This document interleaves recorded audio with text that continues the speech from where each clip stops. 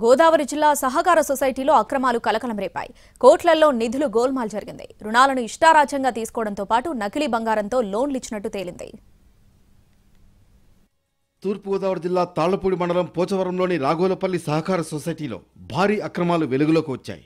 రైతుల పేరుతో దొడ్డిదారిన రుణాలతో పాటు నకిలీ బంగారంతో అవకతవకలకు పాల్పడ్డారు. బ్యాంకు సెక్రటరీ కింతాడ భాస్కర్రావు దీనికి ప్రధాన సూత్రధారి అని రైతులు చెబుతున్నారు. దీనిపై మహిళా రైతులు ఫిర్యాదు చేయడంతో అక్రమాలు బయటకొచ్చాయి. ప్రతి నెలా యథావిధిగా బకాయిలు చెల్లిస్తున్నా కట్టాల్సిన సొమ్ము తగ్గకపోవడంతో రైతులకు అనుమానం వచ్చింది. బ్యాంకుకు వెళ్లి సెక్రటరీని నిలదీస్తే పొంతనలేని సమాధానాలు వచ్చాయి. దీంతో తమ పేరుతో అక్రమంగా సెక్రటరీ రుణాలు తీసుకున్నట్లు గుర్తించి కలెక్టర్కు ఫిర్యాదు చేశారు.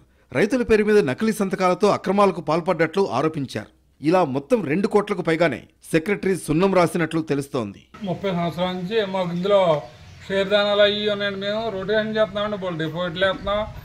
అలాగే అగ్రికల్చర్ పర్పస్ కింద మేము లోన్లు అని అవన్నీ తీసుకుంటున్నామండి. ఇవన్నీ ఒకటి తీస్తారంటే పెద్ద స్కామ్ కింద కనపడుతుందండి. ఒకళ్ళు మేము 2 కోట్ల స్కామ్ అంటున్నారు.